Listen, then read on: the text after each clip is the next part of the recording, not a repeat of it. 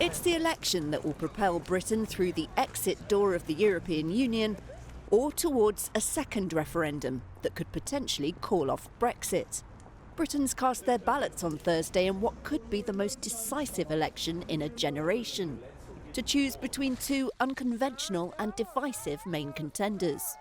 Prime Minister Boris Johnson called the snap vote after he failed to deliver Brexit by an October 31st deadline. He blames parliamentary gridlock.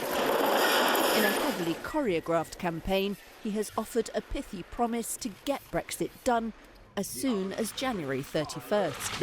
This is the get Brexit done. The face of the 2016 Leave campaign, Johnson is likely to reap much of the Brexiteer vote. On the other side of the ring, 70-year-old veteran lefty Jeremy Corbyn.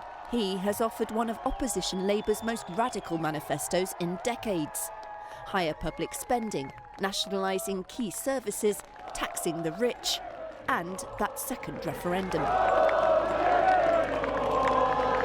He portrays Johnson's Conservatives as the party of billionaires, while Labour represents, quote, the many, not the few. Those views resonate with some after almost a decade of stringent austerity. But they also rattle the wary. Polls predict a Conservative victory, but a hung Parliament is also a strong possibility, with turnout one of several hard-to-predict factors. Let's get Brexit done. A majority would let Johnson take Britain out of the EU club, though Brexit would be far from done. He's given himself a tough deadline of just 11 months to negotiate an EU trade deal. Sterling markets are pricing in a Johnson win, and the pound was up against the dollar in early trading Thursday. Britons are wary of opinion polls after a string of failures, but they won't have long to wait.